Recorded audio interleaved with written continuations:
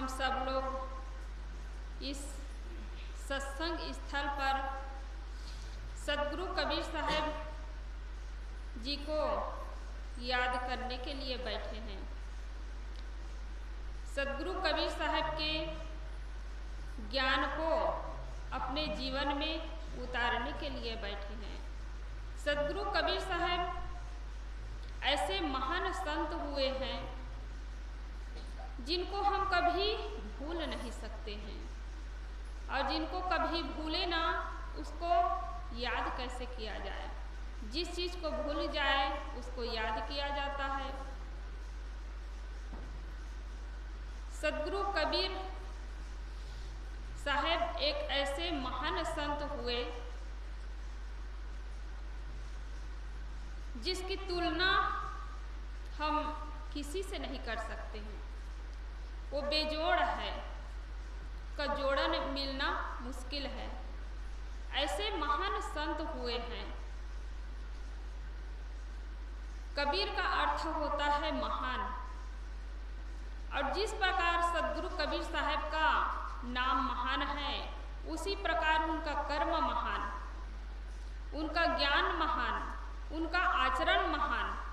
वे सतपथ के राही थे, कभी झूठ बोलना नहीं जानते थे। कितनी भी लोभ लालच दिखाए, कैसी कैसी परिस्थितियां आई, उसके बाद भी सदगुरु कबीर साहब सतपथ पर निर्भीकता पूर्वक चलते रहे और अपना ज्ञान प्रकाश फैलाते रहे, समाज को बांटते रहे।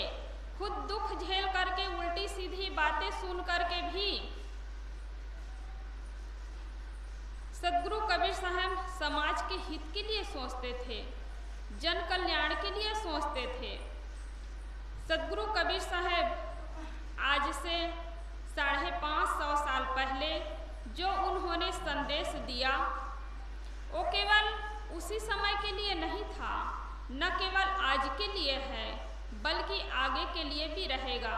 कहने का मतलब है कि जो उनका संदेश है वह सदैव सदैव के लिए अमर है, और उनके बताए हुए मार्ग पर जो चलेगा उसका कल्याण होगा, जो नहीं चलेगा उसका कल्याण नहीं होगा। और सदगुरु कबीर साहब सबके हित चाहते थे, सबको सही रास्ता दिखलाए। सदगुरु कबीर साहब का ज्ञान जो है एक सूर्य के भांति है। जैसे सूर्य उगते हैं तो हमें रास्ता साफ साफ दिखाई देता है, वस्तु साफ साफ दिखाई देती है। लोग कांटा कंकड़ पर नहीं चलते हैं, कहीं ठोकर नहीं खाते हैं, कहीं अंधकार में नहीं भटकते हैं। ऐसे ही हमारे सदगुरु कबीर साहब का ज्ञान है, सूर्य के भांति। सदगुरु कबीर साहब का ज्ञान जिनको हो जाए वो कभी संसार में भटक नहीं सकता है, कभी मिट्टी पत्थर पानी की पूजा वो कर नहीं सकता है, माता पिता का अनादर नहीं कर सकता है, कहीं ऊपर में भगवान को कहीं ढूंढ नहीं सकता है, दुनिया में भटक नहीं सकता है। तो सदगुरु कबीर साहब ऐसे महान संत हुए जो निर्भीकता पूर्वक चलते रहे। स्वर्ग नरक की उनकी चिंता नहीं थी। अनजाने को स्वर्ग नरक है, हरि जाने को नहीं। जो अनजान है उनको स्वर्ग और नरक की चिंता है।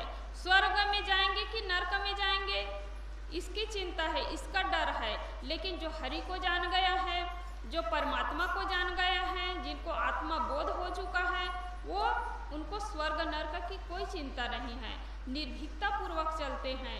ऐसे हमारे महान संत हुए। सदगुरु कबीर साहब किसी वेद शास्त्र के विरोधी नहीं हैं, न किसी मत पंथ के विरोधी है। वो सदगुरु कबीर साहब बुराई के विरोध करते थे, धर्म पाखंड के विरोध करते थे, कर्मकांड के विरोध करते थे सदगुरु कबीर साहब,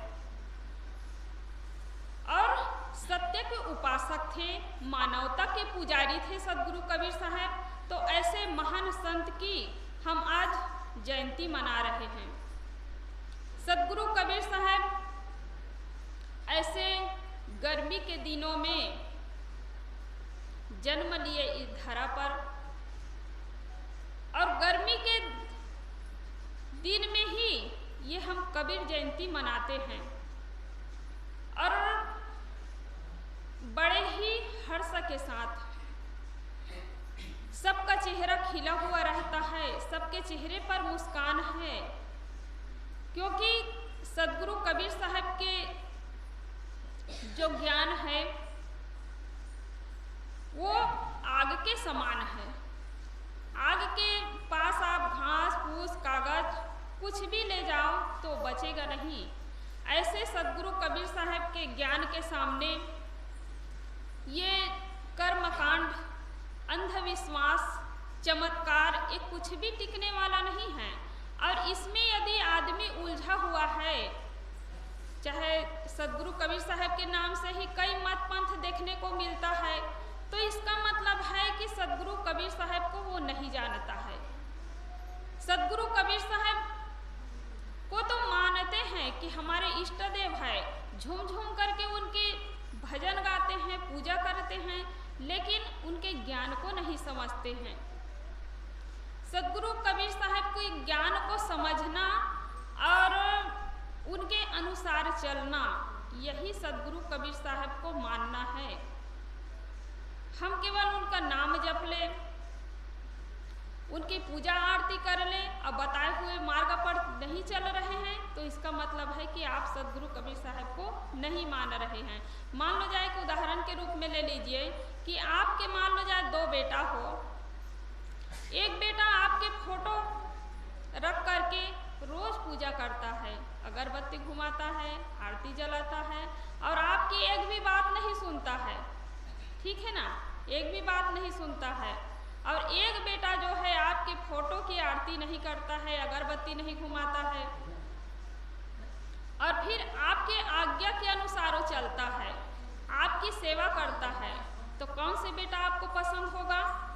वो फोटो की पूजा करने वाला, सेवा करने वाला, आज्ञा का पालन करने वाला ही बेटा पसंद है, और वही आपको असली मान रहा है। मान लो जाए आप गुरु के निकट में हैं, गुरु के बताए अनुसार आप नहीं चल रहे हैं, गुरु की सेवा नहीं कर रहे, तो गुरु के पास होते हुए भी आप गुरु से दूर है, और गुरु से बहुत दूर है ना, हजारों किलोमीटर दूर है, चाहे आप विदेश में भी हैं, लेकिन गुरु के बताए हुए मार्ग पर चल रहे, तो असली गुरु को मानना है। तो ऐसे सदगुरु कबीर साहब के ज्ञान को जो समझते हैं वो कभी संसार में भटकते नहीं हैं।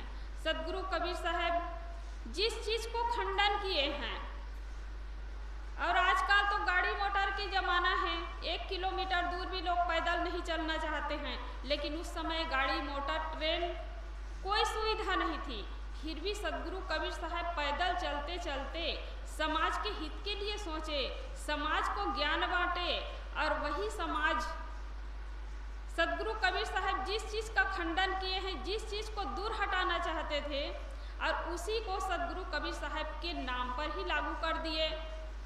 क्योंकि भक्त जो हैं भावुक हो जाते हैं, श्रद्धा तो है लेकिन विवेक नहीं है, समझ नहीं है, तो ये अंधश्रद्धा नहीं होना चाहिए, विचार करना चाहिए, विवेक करना चाहिए, शब्दों के पारखी होनी चाहिए।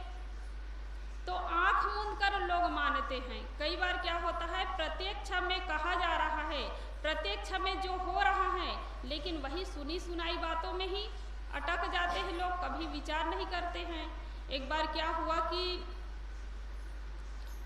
एक महिला थी, उसका नाम मतदाता सूची में नहीं आता था, तो केंद्र में जाकर के पता किए, साहब लोग बैठे हुए हैं, तो उनके पति जो है साथ में ले जाते हैं, पत्नी के साथ में गए दोनों।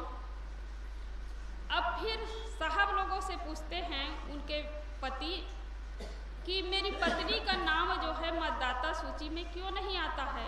तो रजिस्टर खोल करके देखा साहब लोग, तो कहे कि तुम्हारी पत्नी का नाम तो मृतक की सूची में है, तो कहाँ से आएगा? मृतक की सूची में है। तब उनकी पत्नी कहती है कि मैं यहाँ सामने खड़ी हूँ, मेरा नाम मृतक की सूची में कैसे आ गया? मैं तो अभी जिंदा हूँ। तो उनके पति ने जोर से एक थप्पड़ लगाया अपनी पत्नी के गाल में और कहा कि बेवकूफ, इतने बड़े साहब जो है झूठ बोलेंगे क्या?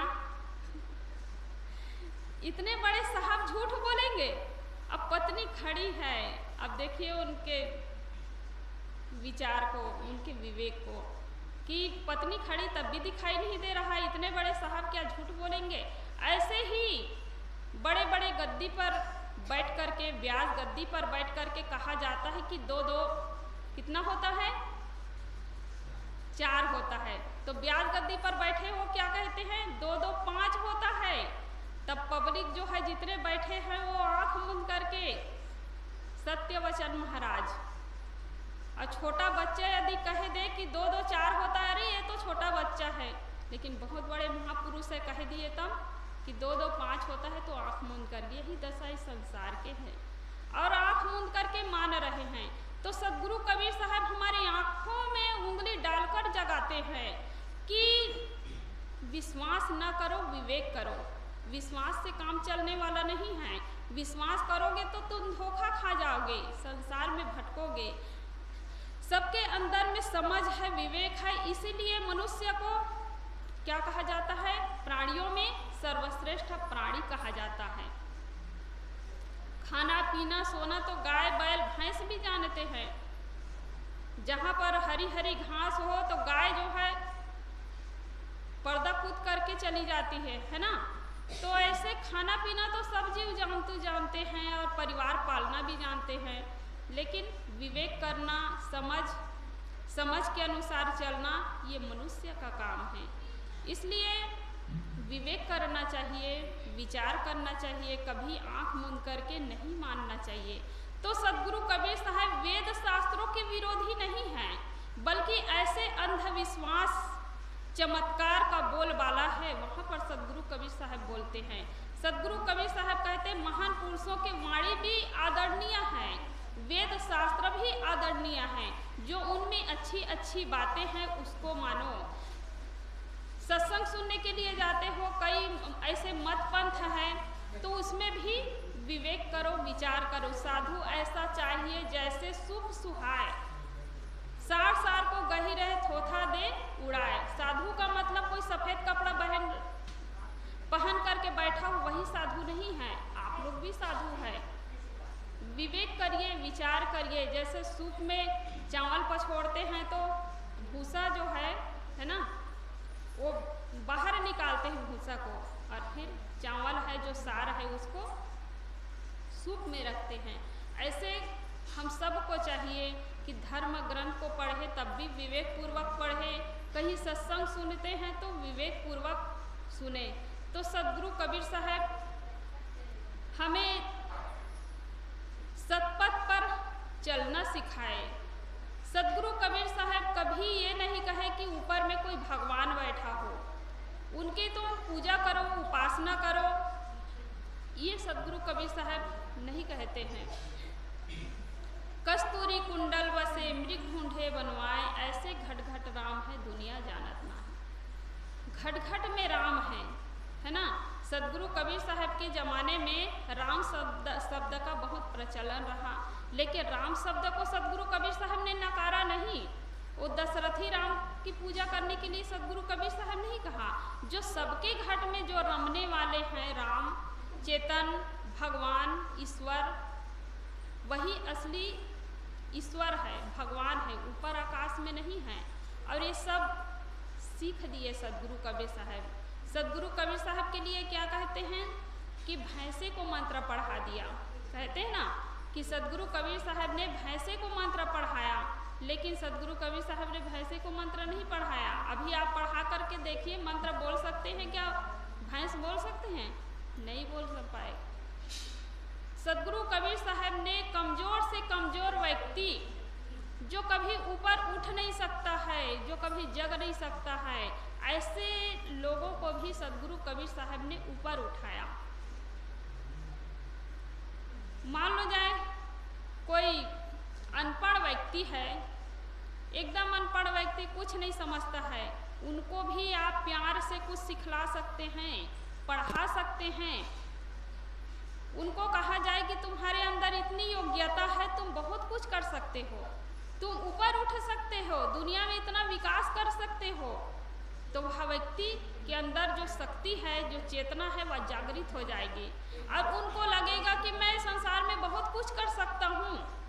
और एक बहुत पढ़ा लिखा व्यक्ति है, विद्वान है, उनको कहा जाए कि तुम कुछ भी नहीं कर सकते हो, तुम्हारे अंदर योग्यता है ही नहीं, जो कुछ है तो ऊपर वाले हैं, तुम कठपुतली हो, भगवान जैसा चाहे वैसा करेगा, तुम्हें कुछ करने की जरूरत नहीं।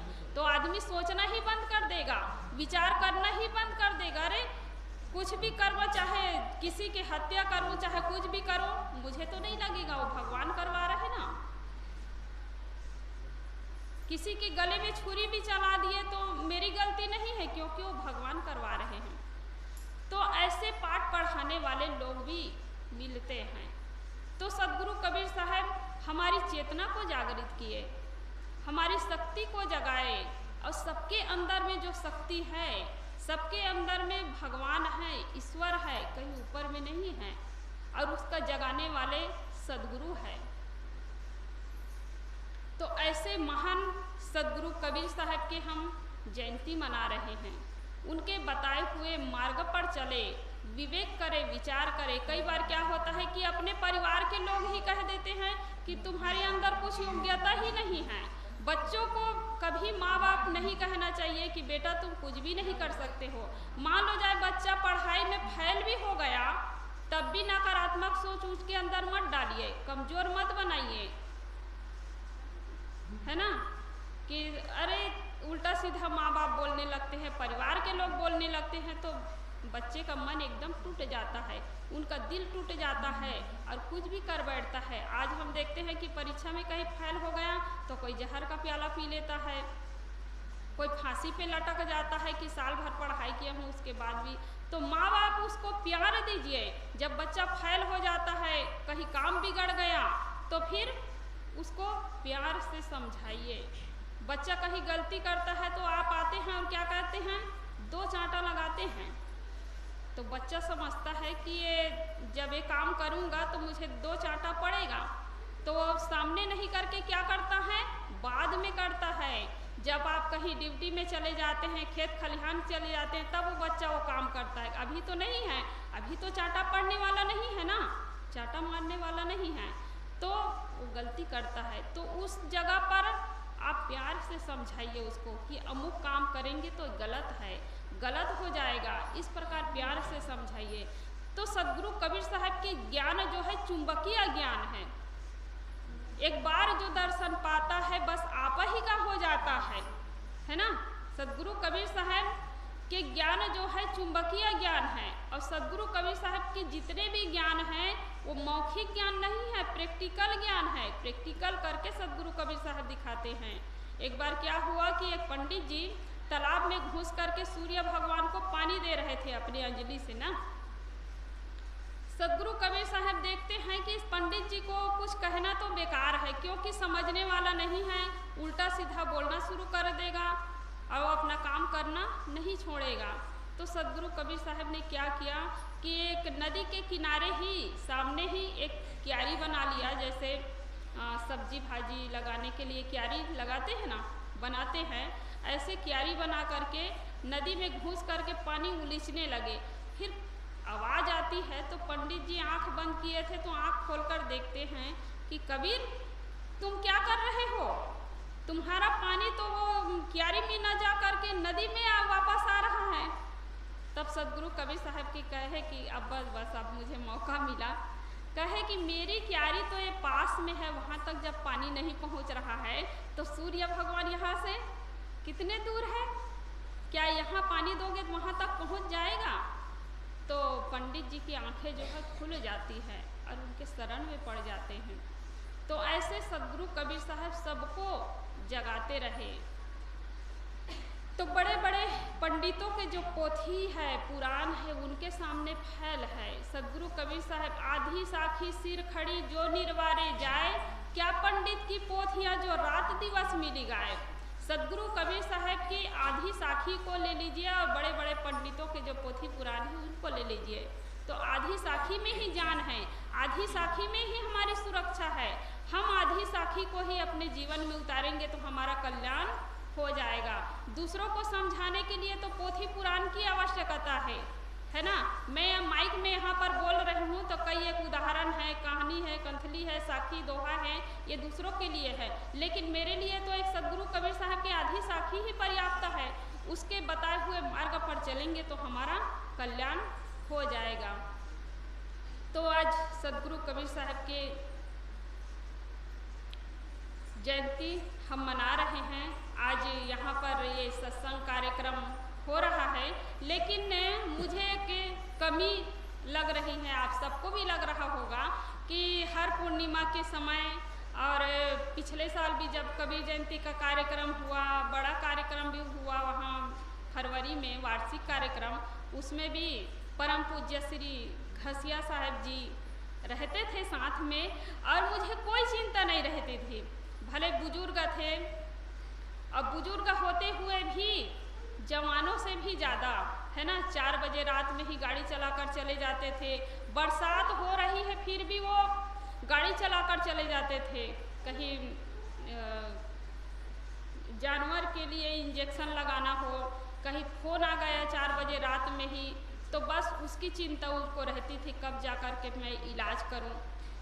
और खाट में पड़े हुए थे, एक दिन कोई फ़ोन किए थे कि दवाई के लिए आ रहे थे, तो मास्टर जी से पूछे कि आए कि नहीं। अपना तो खुद बीमार पड़े हैं लेकिन दूसरे के हित के लिए भी सोचते रहे, दूसरे के कल्याण के लिए भी सोचते रहे।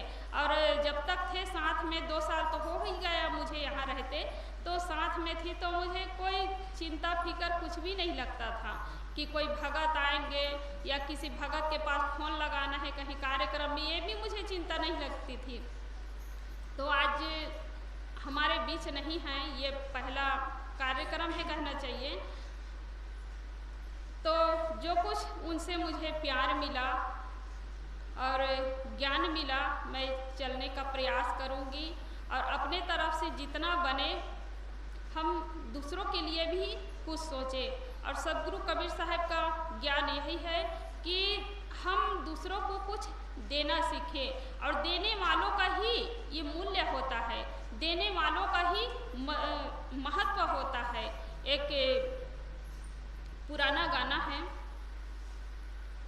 ना, पुराना गाना वो चलता था, मधुबन खुशबू देता है, मधुबन खुशबू देता है, सागर सावन देता है, सागर सावन देता है, जीना उसका जीना है, जीना उसका जीना है, जो औरों को जीवन देता है, मधुबन खुशबू देता है। तो ये प्रकृति से भी हमें कुछ मिल रहा है ना, पृथ्वी है, अग्नि है, जल है, वायु है, ये व्यक्ति तो नहीं है लेकिन व्यक्ति ना होते हुए भी इनसे हमें जीवन मिल रहा है। वायु ना चले तो कोई जीवित नहीं रह पाएगा, जल ना मिले तो कोई जीवित नहीं रह पाएगा, आग है, ये पृथ्वी ना होते तो हम यहाँ रहते, यहाँ पर बैठते नहीं। तो व्यक्ति नहीं है फिर भी वो देवी और देवता है, उनसे हमें कुछ मिल रहा है। तो मैं ये नहीं कह रही हूँ कि आप उनकी पूजा करें, मतलब एक प्रकृति जो जड़ है वो भी हमें कुछ दे रही है, तो हमारा भी फर्ज बनता है कि हम भी दूसरों की सेवा करें, दूसरों को जितने बने, कुछ कपड़े की ज़रूरत है तो कपड़े दीजिए, भोजन की ज़रूरत है तो भोजन दीजिए, पैसे की ज़रूरत है तो पैसे दीजिए, धन की ज़रूरत है तो धन दीजिए। तो हम देना सीखें। गाय का महत्व क्यों है, गाय का मूल्य क्यों है, क्योंकि दूध देती है ना। वृक्ष का महत्व क्यों है कि फल दे रहा है ना, और फल ना दे, फूले फले ना, तो वृक्ष को आप काट देते हैं, रखते हैं क्या, नहीं रखते हैं। तो ऐसे फूल जो है खुशबू देता है, तो हमारे फर्ज बनता है कि जितना हो सके हम दूसरों को कुछ देना सीखें, दूसरों के लिए जीना सीखें। तो सदगुरु कबीर साहब की हम जन्म जयंती मना रहे हैं कि सदगुरु कबीर साहब जनहित के लिए सोचते रहें, जन कल्याण के लिए सोचते रहें, दूसरों के लिए जिए। अपना तो कल्याण बहुत पहले ही कर चुके थे, लेकिन जब तक जीवित थे, दुनिया में थे, तब तक दूसरों के हित के लिए सोचते रहे। और ऐसे महान सदगुरु कबीर साहब के बताए हुए मार्ग पर हम चले, माता पिता के आदर करें, सम्मान करें, जीवों पर दया करें, भाईचारा का बर्ताव करें, तभी यहाँ सदगुरु कबीर साहब का जयंती मनाना ये सार्थक होगा। इन्हीं शब्दों के साथ मैं अपनी वाणी को विराम देती हूँ। बोलिए सदगुरु देव की जय, सदगुरु कबीर साहब की जय।